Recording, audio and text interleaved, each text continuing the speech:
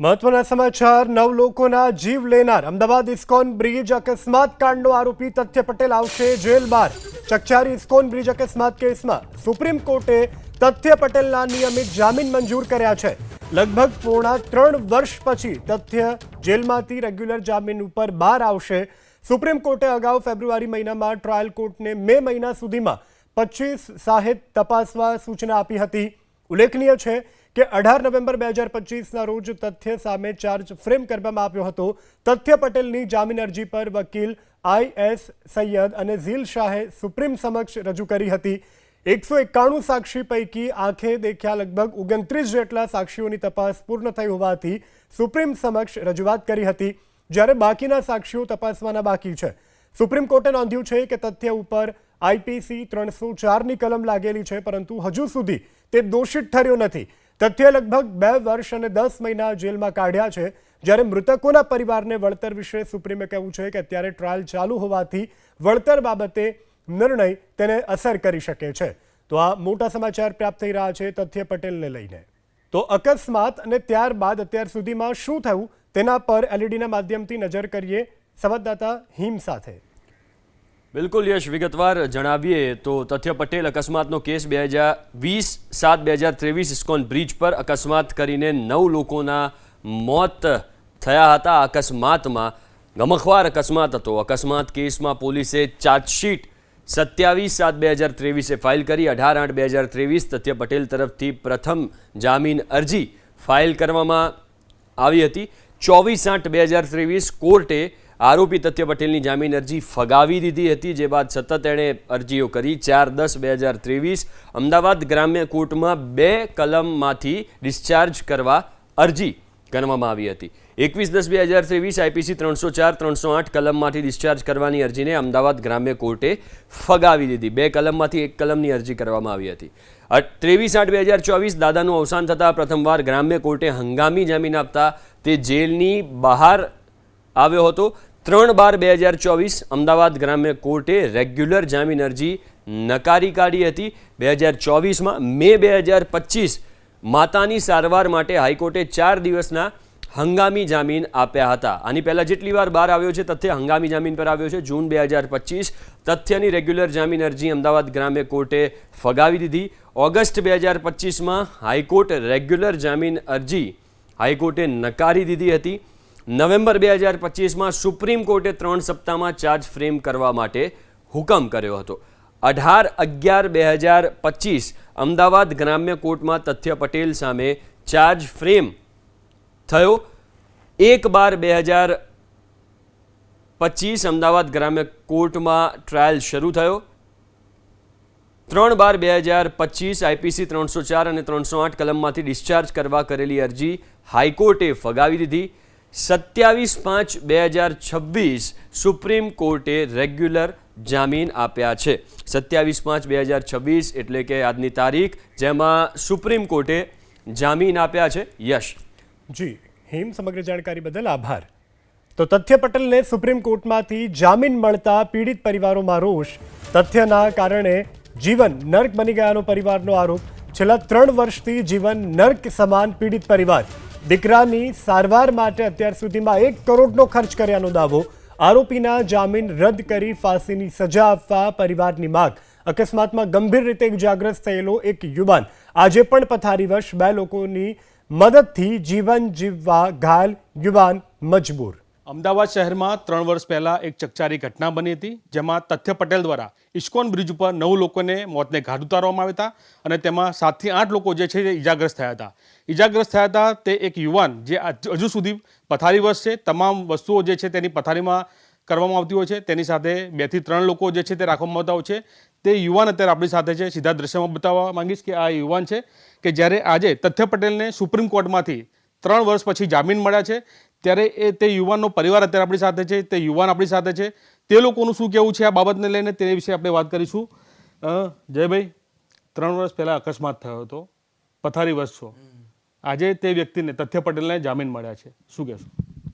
જામીન તો ના જ આપવા જોઈએ, એનો ઉંમર કેટલી સજા થવી જોઈએ। બીજા મરી ગયા 9 જણ, એમનું શું?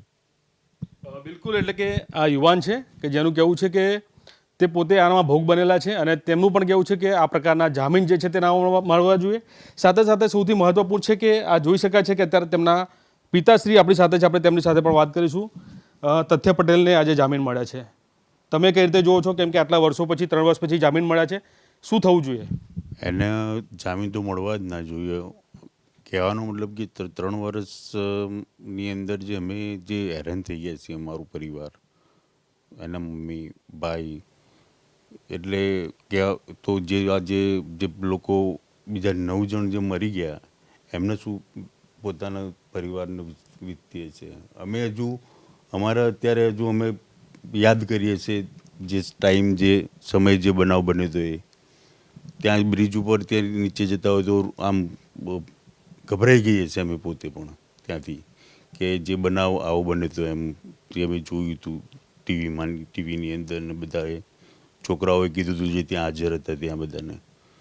અને જે અત્યારે એને તો સજા મળવી જ ના જોઈએ. બીજી વખત આવું કોઈ મોટું પગલું કરે નહીં. અને એના આગળના પણ બહુ ગુના છે એ કોઈ ધ્યાનમાં લેતું નથી. એના કરતાં આ બહુ મોટામાં મોટો ગુનો કહેવાય જે આજે એને સજા થવી જોઈએ કે ફાંસીની ઉંમરકેદ. તો બીજું કોઈ આવું કરી ના શકે એમ અને બીજાના પરિવારને આવું દુઃખ ના થાય. બિલકુલ, અત્યાર સુધીની વાત કરીએ તો કેટલો ખર્ચો થઈ ગયો છે, કેમ કે 3 વર્ષ થવા સતત પથારી બસ છે, તેને લઈને શું કહેશો? અને તેને કેવા જે જામીન મળ્યા છે મળવા જોઈએ, ના મળવા જોઈએ, અને કેવી સજા થવી જોઈએ આકરા આકરી? અત્યાર સુધી મારે કરોડની આજુબાજુ ખર્ચો થઈ ગયો, 1 કરોડ રૂપિયાની આજુબાજુ. અને એને જે સજા ઉંમરકેદ કે તો ફાંસી થવી જોઈએ એવી અમારી ઈચ્છા છે. બિલકુલ, એટલે કે આ પ્રકારની સજા થવી જોઈએ તે પ્રકારની વાત છે. સાથે તેમના મમ્મી પણ એ છે, તેમના માતૃશ્રી એ છે, આપણે તેમની સાથે પણ વાત કરીશું. બાળક યુવાન તમારો 3 વર્ષથી પથારી બસ છે અને આજે એ યુવાનને જેને આ કર્યું તેને જામીન મળે છે, શું કહેશો તમે? એને ઉંમર કેદની સજા કે ફાંસીની અમે તો 3 વર્ષથી હેરાન થઈ ગયા છીએ. એને જોઈએ છીએ તો અમને હૈયું અમારું ભરાઈ જાય છે. એના પાછળ એનો મોટો ભાઈ, એના પપ્પા, અમે બધા કેટલા હેરાન થઈએ છીએ. એ ખુદ કેટલો હેરાન થાય છે, એટલે એને ફાંસીની જ સજા આલો કે ઉંમર કેદની સજા આલો. બિલકુલ, 3 વર્ષ સુધી તમે કેવા પ્રકારની પરિસ્થિતિમાંથી અત્યારે નીકળ્યા? એ તો અત્યારે અમારે જોઈએ અને એના દિવસો યાદ કરીએ ને તો અમારું મન જોણશે. એ દાડા યાદ કરીને અમારું હૈયું ભરાઈ જાય છે. રાત્રે ઊંઘ નથી આવતી, એવું બધું થાય. એટલે એને ફાંસી જ આપી દો કે ઉંમર કેદ આપી દો, આટલી સરકારને વિનંતી છે અમારી. બિલકુલ, આ પીડિત પરિવાર જે છે એ છે, તેમનું માંગ છે કે કડકમાં કડક તેને સજા મળવી જોઈએ તથ્ય પટેલને. સીધા દ્રશ્યમાં જોઈ શકાય છે કે આ એ બેડ છે કે જ્યાં યુવાન છેલ્લા 3 વર્ષથી પથારી બસ છે અને જોઈ શકાય છે કે સાથે સાથે દવાઓની ફાઇલો જે છે તે પણ અહીં જોવા મળી રહી છે. એટલે કે સૌથી મહત્વપૂર્ણ છે કે તથ્ય પટેલને આ પ્રકારે આજે જે સુપ્રીમમાંથી જામીન મળ્યા છે તે જામીન ન મળવા જોઈએ તે પ્રકારની પરિવારની માંગ છે અને સાથે કડકમાં કડક સજા થાય તે પ્રકારની અત્યારે હાલ તે પરિવાર જે છે તે માંગ કરી રહ્યો છે. કેમેરામેન અજય પાંડે સાથે અભિષેક સિંહ વાઘેલા, ABP અસ્મિતા, અમદાવાદ.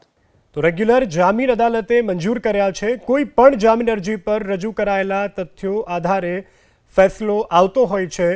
આપણી ન્યાય પ્રણાલી હર હંમેશ શ્રેષ્ઠ રહી છે. અદાલતના નિર્ણય પર ચર્ચા કે સવાલ ન હોઈ શકે, પરંતુ સવાલ આપણી ગુજરાત સરકારને છે. જીવલેણ અકસ્માત સર્જાયો ત્યારે આ કેસને સિવિયર અને ગંભીર ગણાવી 1 સપ્તાહમાં ચાર્જશીટ ફાઇલ કરી ફાસ્ટ ટ્રેક કોર્ટમાં ચલાવવા ગૃહમંત્રી હર્ષ સંઘવીએ પીડિત પરિવાર અને પ્રદેશની જનતાને જાહેરમાં વચન આપ્યું હતું.